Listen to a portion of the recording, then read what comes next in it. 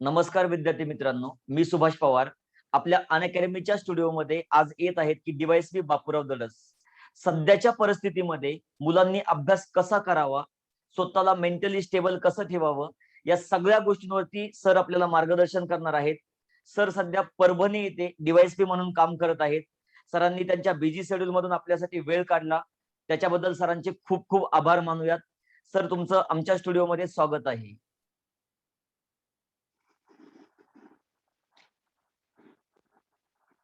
Thank you Subhash आणि Unacademy.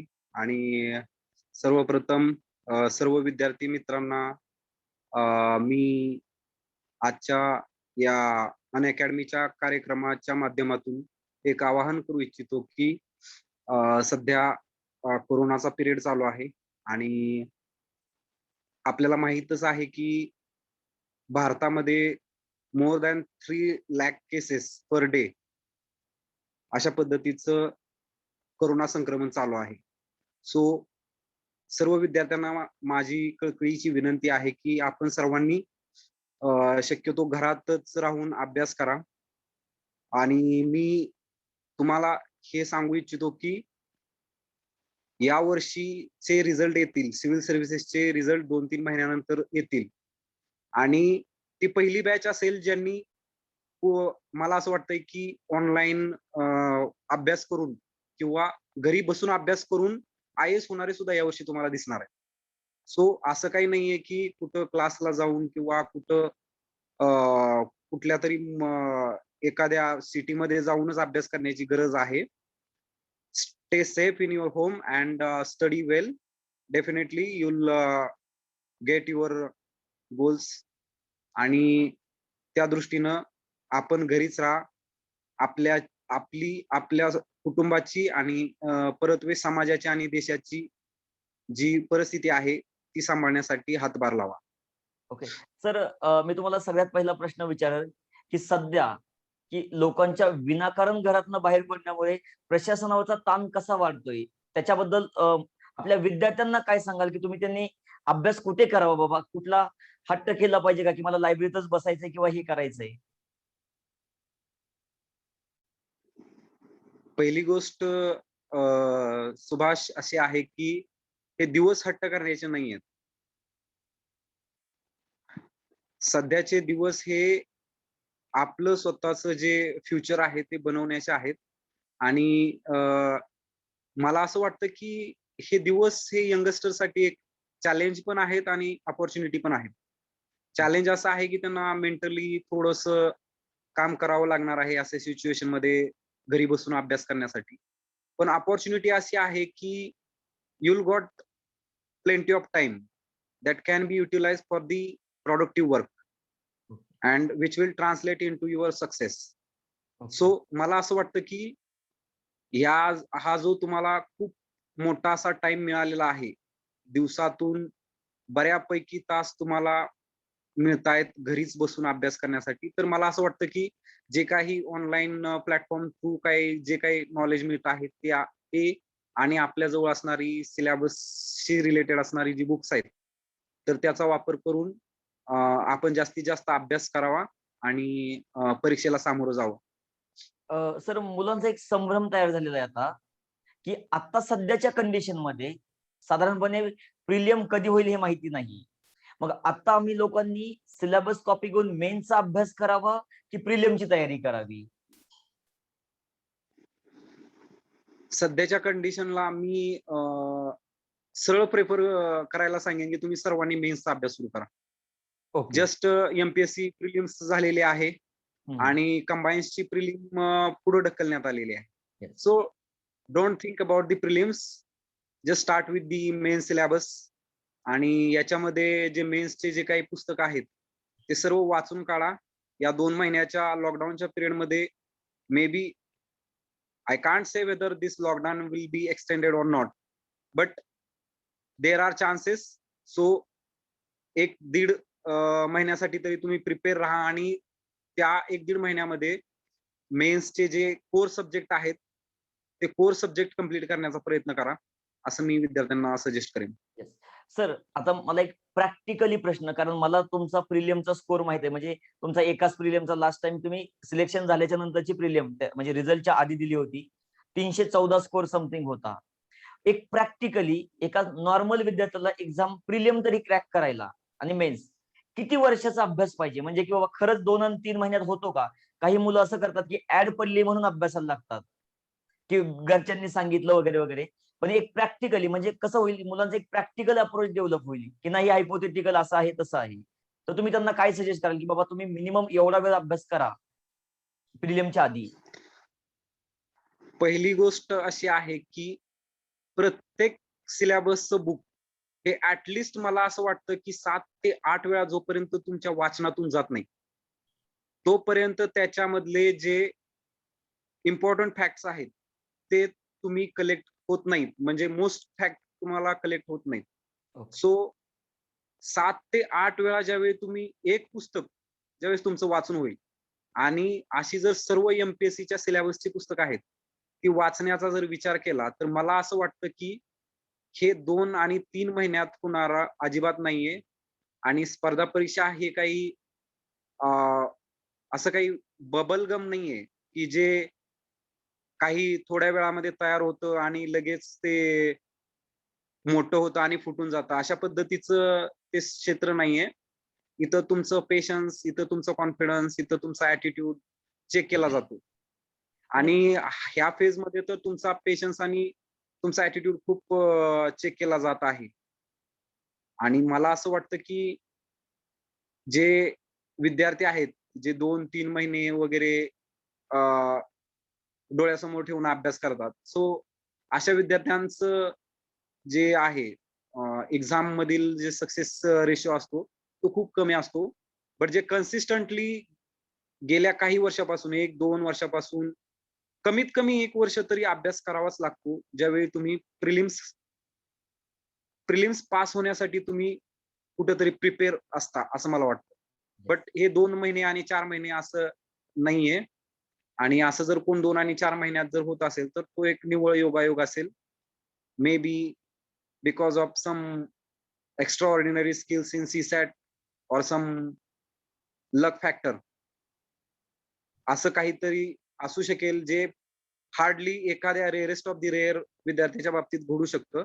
But most of the students जे consistently अभ्यास करतात, असेच स्टुडंट मला असं वाटतं, की प्रिलिम्स पास होतात. तर मला तुमच्याकडून सगळ्यात मोठा एक अप्रोच पाहिजे, की आपल्याकडे सगळ्यात जास्त फायदा जर तुम्ही बघितला ऑनलाईन प्लॅटफॉर्म आपला अनअकॅडमी काम करतंय, तर खूप सारे जॉब करणारे लोक आहेत, गृहिणी आहेत. त्या त्यांचं घर हं. सांभाळून, म्हणजे तुम्हाला काय वाटतं, की एक गृहिणी आहे, तिने साधारणपणे बाबा ती अभ्यास करते. आता थोडंसं वेळ कमी मिळतोय. तर त्यांनी मिनिमम किती वेळ काढावा? म्हणजे डेली कन्सिस्टन्सी आहे त्यांची, पण मिनिमम डेली किती वेळ काढावा त्यांनी? की बाबा त्यांना ॲट लीस्ट 1 ते 2 वर्षाच्या आत तरी त्यांना म्हणजे सक्सेस 2 वर्षापर्यंत तरी मिळावं. कारण सगळं मला सांभाळून असं वाटतं, करतायत त्या. दिवसातून 6 तासाचा अभ्यास म्हणजे खूप बिझी माणसाला सकाळी 2 ते 3 तास आणि संध्याकाळी 2 ते 3 तास. जरी तुम्ही दिवसभर कुठला जॉब करत असाल किंवा गृहिणी असेल, तर सकाळी काही कामं असतील, संध्याकाळी काही कामं असतील. तर दुपारच्या वेळातला असेल, पहाटेच्या वेळी असेल किंवा झोपण्याच्या अगोदरचा वेळ असेल, तर या काळात सर्व मिळून जरी तुम्हाला 5-6 तास जरी तुम्हाला प्रॉडक्टिव्हली जर तुम्हाला अभ्यास करण्यासाठी मिळाले, तर मला असं वाटतंय की ते सफिशियंट आहेत. कारण 6 तासाचा अभ्यास हा जर डेली आपण जर मन लावून केला आणि तो 10 तास केलेल्या अभ्यासाइतकाच इफेक्टिव्ह असतो. कारण अभ्यास हे तासामध्ये मोजण्याचं पहिली गोष्ट प्रमाण नाहीये. तर त्या जेवढं तुम्ही वाचलेलं आहे त्याचं युटिलायझेशन तुम्ही परीक्षेमध्ये किती चांगल्या पद्धतीनं करणार आहात आणि त्या पद्धतीनं तुमचं वाचन झालं आहे का? हे महत्वाचं आहे. सो तुम्ही 4-5 तास जरी वाचन केलं, पण ते जर परीक्षाभिमुख असेल आणि ते अशा काही चांगल्या रीतीनं केलेलं असावं, की जे माझी एक मेथड होती ज्याच्यामध्ये मी रीडिंग करायचो. त्यानंतर तो वाचलेला चॅप्टर मी पुन्हा लगेच त्याच वेळी रिवाईज करायचो. त्याच्यावरचे जे जे इम्पोर्टंट फॅक्ट्स आहेत ते मेमराईज करण्याचा प्रयत्न करायचो. त्याच्यावरती काही क्वेशन्स विचारले जाऊ शकतात का? आणि विचारले तर कसे विचारले जाऊ शकतील, त्याच्यामध्ये मला कसं फसवलं जाईल. तर अशा पद्धतीचा विचार करून जर तुम्ही अभ्यास केला, तर तो प्रॉडक्टिव्ह अभ्यास तुम्ही, मला असं वाटतं की 5-6 तास जरी भेटले दिवसातून तरी सफिशियंट आहेत. येस. सर मला मी म्हणजे तुमचा अभ्यास बघितलेला आहे, की तुम्ही लक्ष्मीकांत सारखं बुक एक 5 ते 6 तासामध्ये फायनल तुमचं फिनिशिंग असायचं त्याचं. पण त्याच्या आधी तुम्ही ते बुक किती वेळा वाचलेलं होतं? म्हणजे पहिल्या वेळेस किती वेळ लागला तुम्हाला लक्ष्मीकांत? सगळ्यात पहिल्यांदा म्हणजे स्टार्ट केलं, त्यावेळेस किती वेळ लागला? आणि फायनल तुमचं एक्झामच्या आधीचं फिनिशिंग आणि याच्यामध्ये तुम्ही त्याच्यातल्या काही नोट्स काढल्या होत्या का? का नोट्स वगैरे काही नव्हत्या? याच्याबद्दल विद्यार्थ्यांना सांगाल तुम्ही?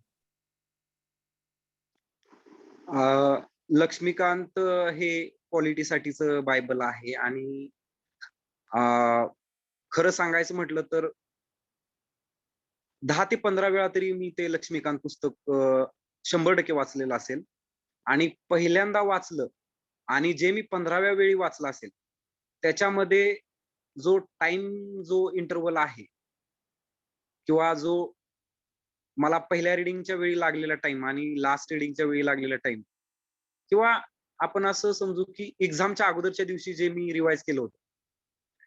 तर याच्यामध्ये खूप डिफरन्स असतो. म्हणजे पहिल्या वेळी मे बी मला त्याला 4 दिवस लागले असतील, 4 दिवस, 6 दिवस लागले असतील. बट नंतर मी ते लक्ष्मीकांत हार्डली 4-5 तासांमध्ये सुद्धा मी ते रिवाईज केलेलं आहे. आणि ते म्हणजे मल्टिपल रिव्हिजनचाच एक तो मला फायदा झाला होता, की ज्याच्यामुळं मी फक्त आणि फक्त प्रत्येक पानावरील फॅक्ट्स जे आहेत, ते फक्त कॅच करत आणि ते मेमोराईज करत फक्त मी रिवाईज करायचो. So okay. That was different skill जे तुम्ही जास्तीत जास्त रिव्हिजन केल्यानंतर ते तुम्हाला अॅक्वायर होतं, की ज्याच्यामध्ये तुम्ही बऱ्यापैकी पुस्तकातल्या बऱ्यापैकी गोष्टी ऑलरेडी जाणलेल्या असतात. सो त्यातल्या फक्त ज्या मेमोराईज होत नाहीत त्याच गोष्टी डोळ्याखालून घालणं आणि ते पुस्तक पटपट संपवणं. तर हे एक स्किल आहे. तर ते स्किल भेटण्यासाठी मला असं वाटतं, की 10-15 वेळा तरी पुस्तकाचं वाचन झालेलं असायला पाहिजे. आणि सर बऱ्याच वेळा मुलांना याच्याबद्दल तुम्ही सांगा, की सपोज आता तुम्ही जरी सांगितलं, की हे पुस्तक आहे बाबांनो तुम्हाला एवढी-एवढी मार्क देतं. तरी मुलं अनेक पुस्तकांच्या शोधात असतात. बऱ्याच वेळा, की अनेक पुस्तकं वाचन करतात, की सपोज हिस्ट्री सारखा विषय आहे. याच्या अशा विषयांसाठी किती पुस्तकं वाचली पाहिजेत? याच्याबद्दल तुम्ही काय सांगाल? एम-पी-एस-सी असो, यू-पी-एस-सी असो किंवा कोणतीही स्पर्धा परीक्षा असो. तुम्ही किती पुस्तकं वाचली, हे तुम्हाला कोणीही विचारत नाही. तर तुम्ही आलेल्या प्रश्नांची किती प्रश्नांची उत्तरं सोडवली, ते महत्वाचं आहे किंवा ते तुम्हाला मार्क फेच करणार आहे आणि त्यावरती तुमचा रिझल्ट डिपेंड असणार आहे. सो मला असं वाटतं, की तुम्ही जास्त पुस्तकांच्या मागे अजिबात पळू नका. कमीत कमी पुस्तकं जास्तीत जास्त वेळा रिवाईज करा. मला असं वाटतं, की 10 पैकी भलेही आपल्याला 2 प्रश्न माहीत नसले तरी चालतील. पण 8 जे बाकीचे राहिलेले आहेत, त्यापैकी 6 प्रश्न एक्झॅक्टली बरोबर येणं, हे परीक्षा पास होण्याचं एक सूत्र आहे. असं नाहीये, की तुम्हाला 10च्या 10 प्रश्न माहीत असणं गरजेचं आहे. पण 10 पैकी तुम्हाला त्यातले 5 पण जर व्यवस्थितपणे येत नसतील, तर ते एवढा मोठा फापट पसारा वाचून ते म्हणजे टाईम आपला भरपूर टाईम त्याच्यामध्ये आपण इन्व्हॉल्व करून त्याच्या त्याचं म्हणजे प्रॉडक्टिव्हिटी त्याची खूप कमी होऊन जाते. So okay. असं न करता कमी बुक्स, मॅक्सिमम टाईम रिवाईज करा. आणि सर बऱ्याच वेळा नवीन मुलांचा डायरेक्ट नोट्स काढण्यावरती भर असतो. तर बऱ्याच मुलांचे मला प्रश्न होते, की सरांना तुम्ही असं विचारा, की सर तुमच्या नोट्स किती आहेत आणि तुम्ही किती विषयांच्या नोट्स काढल्या? आणि नोट्स कशा काढाव्यात हा पण एक प्रश्न असतो. नोट्स ही एक अभ्यासाची एक पद्धत आहे, ज्याच्यामध्ये तुम्ही फॅक्ट्स कलेक्ट करत असता आणि आपणा सर्वांच्या माहितीसाठी सांगायचं म्हटलं तर मी कधी नोट्सच काढलेल्या नाहीयेत. येस. पहिली गोष्ट की नोट्स असं म्हटलं जातं की लास्ट रीडिंगच्या वेळी रेडीमेड छोट्या याच्यामध्ये किंवा एक प्रिसाईज असं मटेरियल असावं जे की आपण वाचू शकतो. बट मी त्या बिलीफचा नाहीये. मी तो जो नोट्स काढण्यासाठीचा जो वेळ आहे, तो मी फक्त व्यवस्थितपणे फॅक्ट्स अंडरलाईन करून ते कॅच करण्यावरती किंवा मॅक्सिमम रिवाइज करून पुस्तकच रिवाइज करण्यावरती माझा भर होता. सो ते ऑप्शनल आहे. ज्यांना असं वाटतं की त्यांना गरजेचं आहे त्यांनीच करावं. पण मी असं सांगेन की काही लोकांना नोट्स काढण्याची सवय नसते आणि ते त्या बाबतीत कम्फर्टेबलही असतात. तर त्यांनी नाही काढल्या तरी काही फरक पडत नाही. नोट्स काढल्या म्हणजेच पास होतं हा गैरसमज आहे. So okay. तो सर्वप्रथम काढून टाका. सर बऱ्याच वेळा मुलांचा हा प्रश्न आहे की मेनचे काही टॉपिक आहेत जसं की सायन्स आणि टेक याच्यासाठी आम्ही काय रेफर केलं पाहिजे? सायन्स आणि टेक बऱ्याच वेळा मुलांची डिमांड आहे की त्याच्यासाठी काय वाचावं? आता मेन्सचं सायन्स आणि टेक जर बघितलं तर ते ऍक्च्युअली टेक्नॉलॉजीचा पार्ट आहे ज्याच्यामध्ये एनर्जी आहे, त्यानंतर space technology, biotechnology, nano technology हे विषय आहेत. सो मला असं वाटतं की त्याच्याशी रिलेटेड मार्केटमध्ये जास्त पुस्तकं नाहीयेत.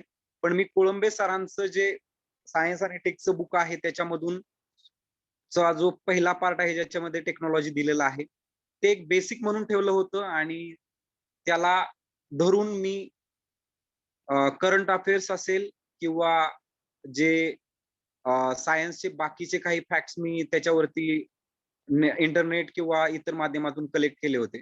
पण बेसिक म्हणून मी ते कोळंबे सरांचं ते सायन्स अँड टेक्नॉलॉजीचा जो पार्ट फर्स्ट होता, तो मी बेसिक म्हणून ठेवला होता. ओके. आणि सर त्या एच-आर, व्यतिरिक्त एच-आर-डी कुठलंही साठी पुस्तक वाचलं नव्हतं. ओके. एच-आर, एच-आर-डी साठी सर काय केलं एच-आर आणि पाहिजे? एच-आर-डी साठी 2च पुस्तक वाचली होती मी. एक कोळंबे सरांचं पुस्तक आहे जे to the point of the syllabus आहे ओके. आणि दुसरं जे मी सक्सेस अकॅडमी ओके. आणि ते आय थिंक दिलीप काटेकर सरांचं ते पुस्तक आहे. तर ओके. ते वाचलं होतं आणि या 2 पुस्तकांवरतीच मी एच-आर आणि एच-आर-डीचं हे एक्झाम दिली होती आणि त्यामध्ये ओके. मला इनफ स्कोर आलेला होता. सो जास्त पुस्तक वाचण्याची गरज नाहीये. कमी पुस्तकं पण जास्तीत जास्त वेळा वाचा. बिलीव्ह मी रिझल्ट चांगले येतील. ओके. सर मुलांना म्हणजे तुम्ही आता काय सजेस्ट कराल? म्हणजे आत्ताच्या वेळेसमध्ये त्यांनी इंग्लिश, मराठी विषय पण आत्ता केला पाहिजे, की प्रिलियम झाल्यानंतर तो केला पाहिजे?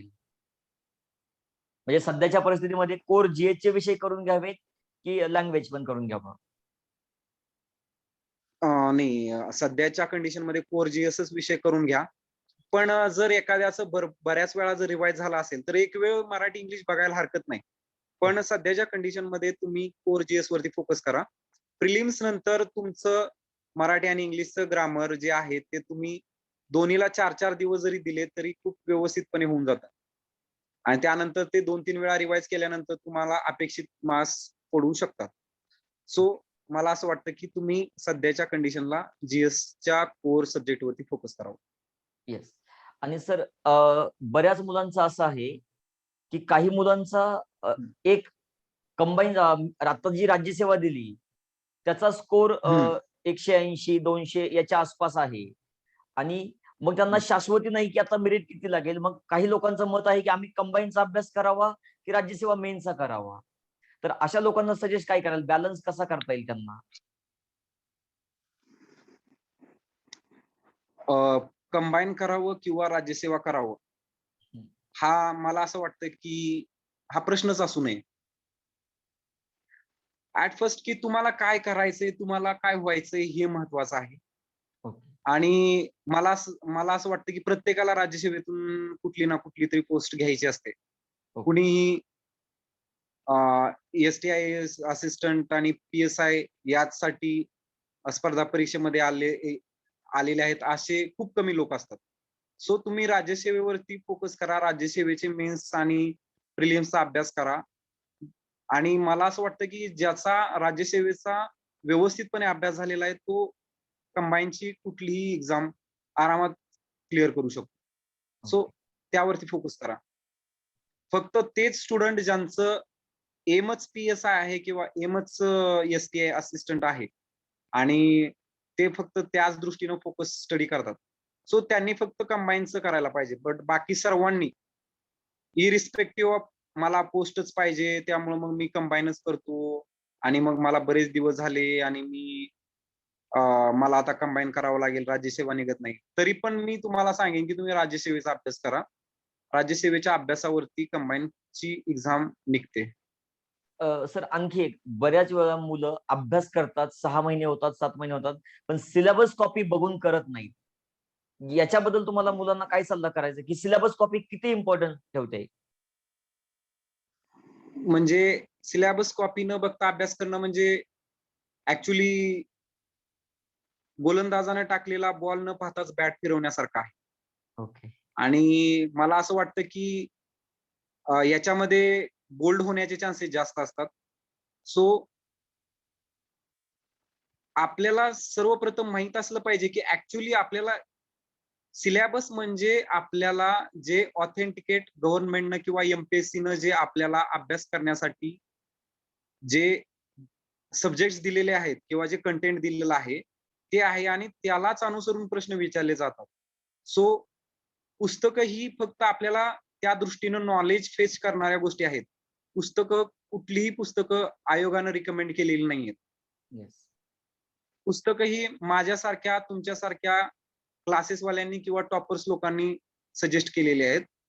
आयोगानं हा ऑथेंटिकेट सिलेबस दिलेला आहे आपल्याला आणि तो आपलं फर्स्ट साइट ऑफ इन्फॉर्मेशन किंवा जे आपल्या स्पर्धा परीक्षेचं जे काही आहे, जे तुम्ही करत असाल, त्याचा सिलेबस म्हणजे त्याचं सगळी आउटलाईन आहे आणि त्या आउटलाईनच्या विदिन तुम्हाला सर्व जे पॉइंट्स दिलेले आहेत, त्याचाच फक्त अभ्यास करायचा आहे. त्याच्या बाहेरचं काही करू नका.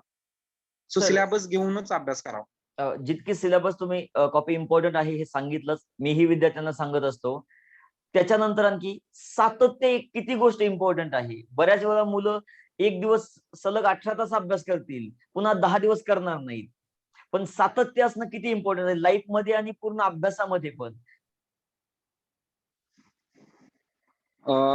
कन्सिस्टन्सी अशी आहे, की माझं असं बिलीव्ह आहे, की या स्पर्धा परीक्षेमध्ये क्लेवर आणि शार्प आणि इंटेलिजंट लोकांपेक्षा कन्सिस्टंट आणि हार्ड वर्किंग लोकं जास्त सक्सेस होतात. येस. आणि हे बऱ्याच अंशी खरं पण आहे.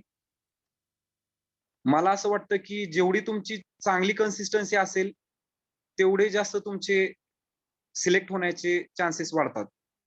आणि जर तुमची कन्सिस्टन्सी नसेल, तर तुम्ही मधूनच तो विषय किंवा ते नॉलेज आहे ते आपलं बॅक ऑफ द माइंड कुठेतरी विसरून जातं आणि मग आपल्याला त्याचा फटका एक्झाममध्ये बसतो.